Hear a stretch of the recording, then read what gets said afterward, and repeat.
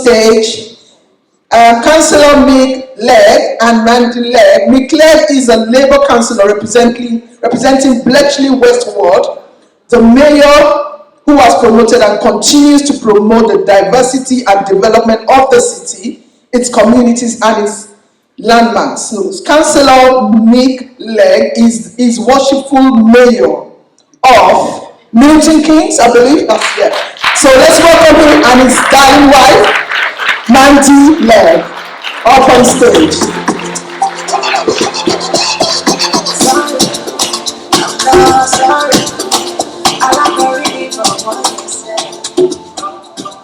Thank you. And first of all, thank you for inviting us. I'm Mick Legg. I'm the very proud and very humble mayor of this wonderful city in Milton Keynes, which you're all in now.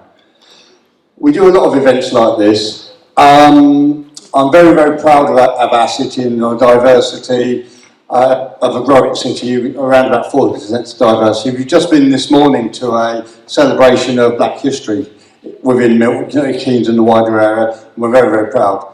However, for this event, I think it's more appropriate for my wonderful wife to take front stage, if you like. So she's got a very personal story that she'd like to share with everybody. So I'll hand you over to the Mayoress of Milton Keynes, Mrs. Mandy Legg.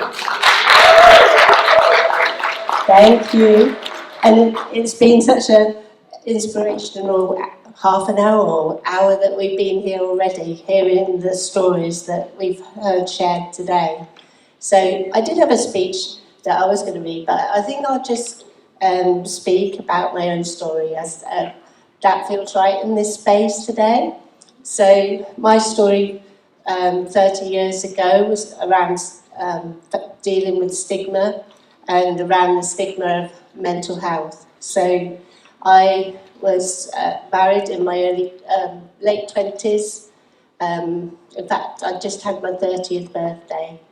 And I had this kind of feeling that my husband was having an affair with one of my best friends.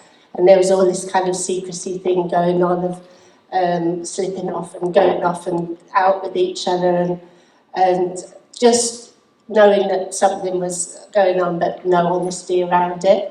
And it's kind of hard to remember how quick it was, but it was incredibly quick, because I moved out of the house that we shared together to stay with a friend for a while. And within kind of days, things were going a little bit off kilter. And I actually had a psychotic episode and was sectioned under the Mental Health Act and spent 2 months in a hospital. And during that time, you lose your voice in the psychiatric hospital. You don't have a voice. I mean, I wasn't even believed that I knew my own name, so I had never taken my husband's name. I kept my own maiden name, and because he'd signed me into the hospital, they felt that I must be called by his name. So I had the wrong name above the bed for 2 weeks, and they wouldn't even listen to hear that I wasn't that person. So it was, and I didn't even know why I was there at first. It was like I was the director of a community arts organisation, so I was kind of used to people listening to me when I talked and hearing me. But when I found myself in that place, the first day I was there, I was trying to knock on the door of the psychiatrist's office to say, when am I going home? What am I doing here? Why are you holding me here? Because at night, you couldn't get out of the place. There was kind of like not bars, but wooden blocks in the windows that they couldn't pull down, and the doors were locked, and I kind of knew there was no escape from there during the night. In the daytime, I did go off in a taxi a few times, but they kind of found me and brought me back again. The psychiatrist, when I was knocking on his door and asking for answers, I was very quickly chased down the corridor with 6 nurses with an injection put in my bottom. So I assumed that you had to you'd fit in with the regime, so I wasn't taking the drugs at first. I was hiding them because I didn't believe in that. And one of the senior nurses, I remember one day, he kind of got me round the neck and put me up against the wall and said, you start behaving yourself or there's going to be trouble. So it was a very scary place, and obviously the patients and everyone in that situation can be having different emotional dysregulation and acting out their own experiences of trauma and challenge. And so it was a very scary place, but it was also a very human place, and it was in a building that was on a huge psychiatric hospital that was kind of probably about 1960s, so it was on the outskirts of Derby, and it had a huge acreage of land around it, so it was spring and there was daffodils and blossom and lovely grounds and gardens to do things in during the day. So, but it was about the people that you came across every day. So the person that, the young woman that played me songs on her Sonny Walkman that made me cry, and we cried together.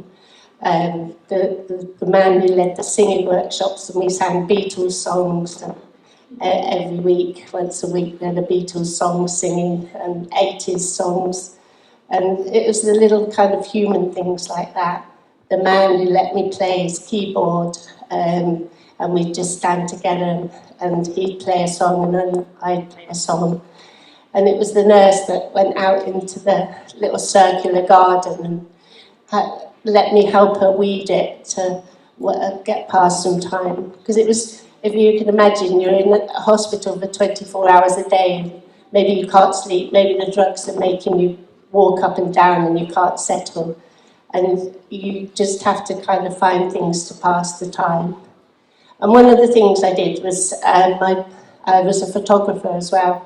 So my parents put my camera in and it was in my locker, and the man who used to take me out to walk around the grounds and show me where to go in the place, he said, bring your camera, and I brought it with me. I started taking loads of photos, and I had so many visitors that supported me during that time. My family, my colleagues, my friends, they all came in with their friends, with their children, and kind of presented a slice of normality during that horribly disruptive time.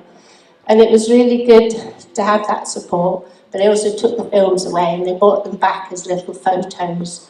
For those of you that remember the old days of the film being developed and the film photos. And those photos, I went out on a visit after a few weeks, and I went to the art shop and got some panels. And during the night, I made these panels with the photographs, and I was writing all over them, all quite crazy writing at the time. But it was letting out all of those emotions. So like we've all talked about today, it was the way we express our emotions and let things come out. And then once I'd made 10 of these boards, I then got everyone out of the games room one morning, and I said, I'm going to put an exhibition on. So I put my exhibition up round the walls, and then I invited everyone in for a private view. So I was kind of like behaving like I was an artist in the hospital. But when I thank you. When I came out of the hospital a few months later, I then went back in and took some photos, because that place was a very scary place. And going back in with the camera after a few months just to take some more photos was a way of reclaiming the kind of the nightmare space of it.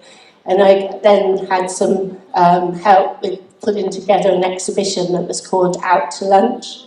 And it was a personal exploration of the psychiatric system.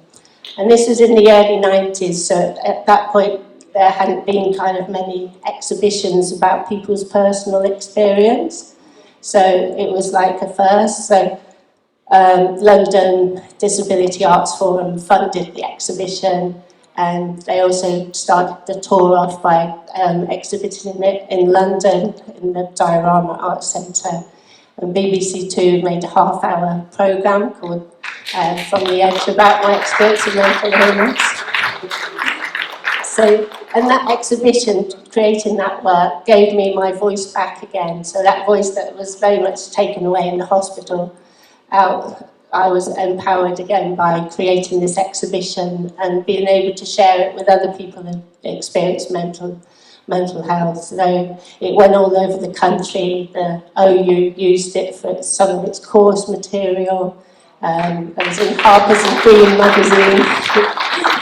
So it was quite an amazing way of getting that, and also breaking down the stigma around mental illness, which was very strong then. I remember that my chair of my charity that I worked for, who it came back to me that he was an 80-year-old ex-miner, and he said, "Oh, once a woman's neurotic, she's always neurotic." It was like, oh my God, I have to go back to this work because that's what I need at the moment. So I did go back after about 6 months after I was first been ill. And I went back in that job, and the first morning there, my colleague, a man, said, "Oh, Amanda, I've never seen you look so nervous."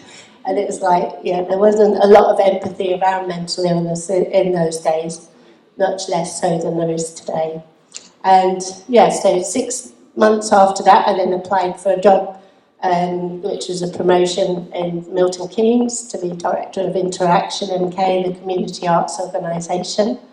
And there was no discrimination in that process, which that was the City Council were interviewing, the Bucks County Council and the Arts Council were interviewed for that post, and they were very kind of open about my experience and didn't hold it against me. So I came to Milton Keynes and started a new life in Milton Keynes. So, yeah, thank you.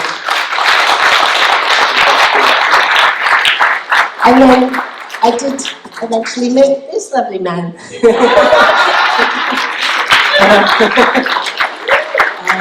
We did meet across, we met in the council chamber at a point when the arts grants to the organisations, the arts grants were being cut by the council. Mine wasn't being cut, but I was the spokesperson on behalf of the whole arts community in the council meeting, and Mick was the chair of the committee. So yeah, we had a feisty exchange across the council chamber.